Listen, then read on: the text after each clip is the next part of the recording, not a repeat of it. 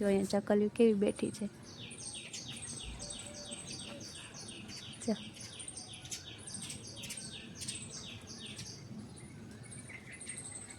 મસ્તીના ફૂલ આવ્યા છે આજને. જો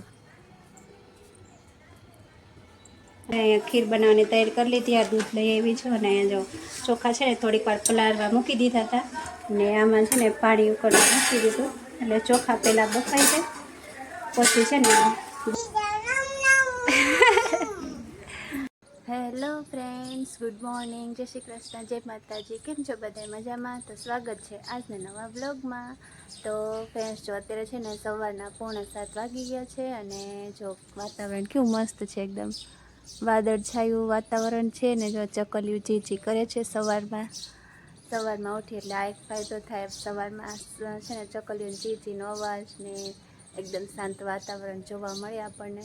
અત્યારે એકદમ શાંત વાતાવરણ છે અને તડકોય નથી, ગરમીએ નથી, એકદમ ઠંડુ વાતાવરણ થઈ ગયું છે. તો ફ્રેન્ડ સૌથી પહેલાં તો છે ને આજે જો અષાઢી બીજ છે એટલે અષાઢી બીજના છે ને તમને બધાને રામ રામ. અને જો હવે 6:45 થઈ ગયા, ઉઠી ગયા અને હવે બ્રેકફાસ્ટ ને ટિફિનની તૈયારી કરશું. તો હજી તો ચીકુભાઈ સૂતા છે એટલે કીધું ચાલો બ્લોગની શરૂઆતે કરી નાખી અને ટિફિન ને બ્રેકફાસ્ટ ને જે કરવાનો છે બધું કરી નાખી. જો અહીંયા ચકલીઓ કેવી બેઠી છે. જો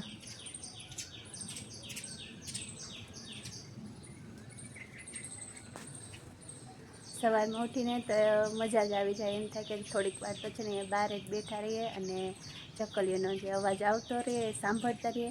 અને અત્યારે છે ને વાહનનો ને એનો કોઈનો અવાજ ન આવે એટલે પ્યોર છે ને એકદમ કુદરતી વાતાવરણનો અત્યારે આપણે જે કહેવાય ને મજા લઈ શકીએ છીએ સવારમાં.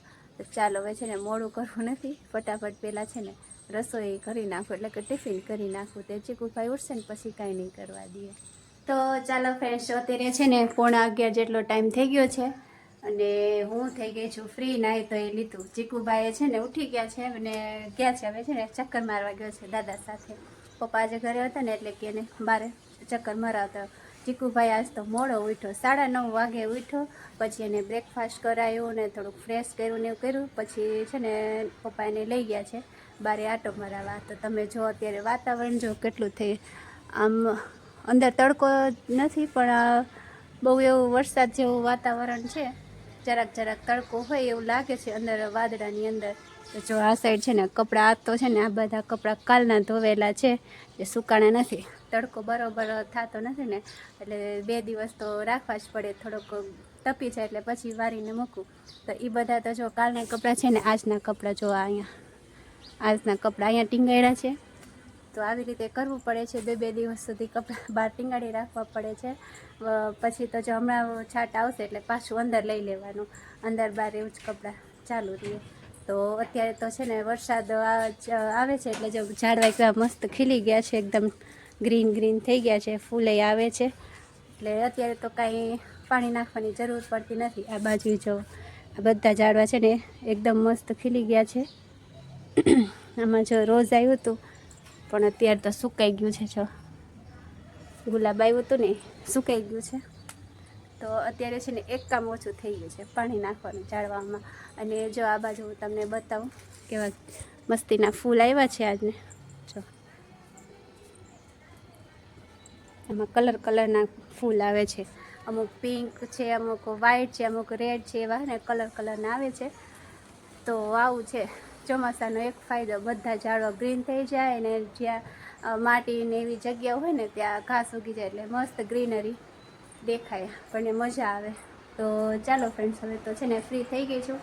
તો ને ચીકુભાઈ બહાર ગયો છે તો વિચાર એટલી વારમાં છે ને મારું એડિટિંગ કરી લઉં, કેમ કે ચીકુભાઈ ઘરે હોય ને એટલે એડિટિંગ તો થઈ જાય પણ વોઇસ ઓવર ને એવું ન થાય, કેમ કે ચીકુ જે તો નાનો છે ને કંઈ ખબર પડે નહીં એટલે વચ્ચે બોલ કરતો હોય. તો ચાલો હવે છે ને પછી પહેલાં એડિટિંગ કરું, પછી ચીકુભાઈ આવે એટલે એને નવરાવી દઉં, પછી રસોઈને એવું કરશું. તો આજનું મોસમ તો જો અમારે આવું છે. તમારે ત્યાં અષાઢી બીજનું કેવું છે મોસમ? કમેન્ટ કરી જરૂર જણાવજો. તો ચાલો હું છે ને પહેલાં ફટાફટ એડિટિંગ કરી લઉં. તો ફ્રેન્ડ્સ જો અહીંયા છે ને રાંધવાની તૈયારી કરી નાખી. એમાં ભાત મૂકી દીધા છે અને આ બાજુ છે ને દાળ મૂકી દીધું છે. હવે ચીકુભાઈ આવી ગયો છે ફરીને, એટલે એને જો હવે નાહવાની તૈયારી કરું. એ બધી વસ્તુ અહીંયા મૂકી દીધી છે, બધી વસ્તુ ત્યાં મૂકી દીધી એટલે છે ને નવરાવીને આવીને ત્યારે તૈયાર જ કરવાનું રહે. નકર રો કરતો હોય એટલે બધી વસ્તુ આપણે લેવામાં એમાં પાછો વધારે રોવે. તો ચાલો હવે છે ને હું ચીકુભાઈને પેલા નવરાવી દઉં. ચીકુ, જય શ્રી કૃષ્ણ. ક્યાં ગયો તો તું? હવે શું કરવાનું? એ શું છે? હવે નાઈને કરીએ ને. હાલ નાઈને કરો. હાલ. તો ચાલો ફ્રેન્ડ્સ, જો અત્યારે છે ને સાંજના 6:30 વાગી ગયા છે, પણ તોય આજે જો તડકો નીકળ્યો છે કે બપોર પછી આમ જો વરસાદ પછીનો તડકો નીકળ્યો છે. 6:30 વાગ્યા તોય જો એટલો બધો તડકો છે. તો ચાલો હવે છે ને 6:30 થઈ ગયા, અને આજે બીજ છે એટલે અમારે ખીર કરવાની છે, અને અષાઢી બીજ છે એની લાપસીએ કરવાની છે. તો મેં તો છે ને એની તૈયારી ચાલુ કરી દીધી અત્યારથી. ચાલો છે ને હું તમને બતાવું. જો હજી કપડાં તો હજી એમને પડ્યા. તો જો ફ્રેન્ડ્સ છે ને અહીંયા ખીર બનાવવાની તૈયારી કરી લીધી. આ દૂધ લઈ આવી છું, અને અહીંયા જો ચોખા છે ને થોડીક વાર પલાળવા મૂકી દીધા હતા, અને આમાં છે ને પાણી ઉકળવા મૂકી દીધું, એટલે ચોખા પહેલાં બફાઈ જાય, પછી છે ને દૂધ ને એવું નાખી. તો જો હું તો છે ને આવી રીતે ખીર બનાવું છું. પહેલાં ચોખાને પાણીમાં બાફવા મૂકી દઉં, ચોખા બફાઈ જાય ને પછી એને દૂધ સાથે દૂધ ને ખાંડ ને બધું નાખીને બનાવીશ. તો ફ્રેન્ડ્સ, જો હું તો છે ને આવી રીતે ખીર બનાવું છું. તમે કેમ બનાવો છો કમેન્ટ કરી જરૂર જણાવજો. તો ચાલો હવે છે ને આજ તો વહેલી રસોઈ રાંધવા ચાલુ કરી નાખ્યું, એટલે જો ખીર વહેલી બની જાય ઠરે પછી પ્રસાદી મૂકી દઈ. અને આજે અષાઢી બીજના નૈવેદ્ય હોય એટલે લાપસી કરવાની છે. તો ચાલો તમે કન્ટિન્યુ રહેજો આજના બ્લોગમાં. તો ચાલો ફ્રેન્ડ, જો અહીંયા છે ને ચોખા ઓલમોસ્ટ બફાઈ ગયા છે જો, અને આ બાજુ છે ને દૂધે ગરમ કરી લીધું છે, એટલે હવે છે ને આપણે આ ચોખા બફાઈ ગયા એમાં દૂધ નાખી દઈ. ગરમ દૂધ નાખીને એટલે જલ્દી થઈ જાય.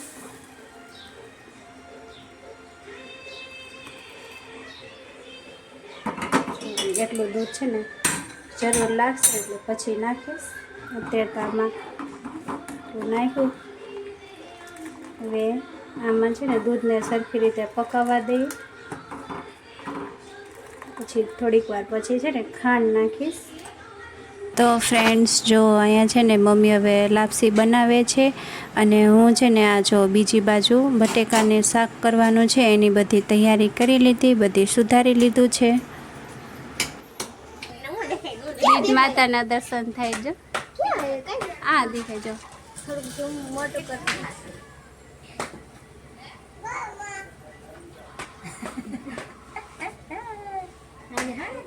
હા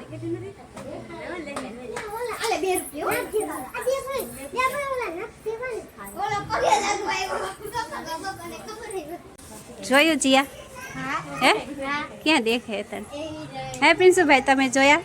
હે સારું, લ્યો. ચીકુ ક્યાં ગયો?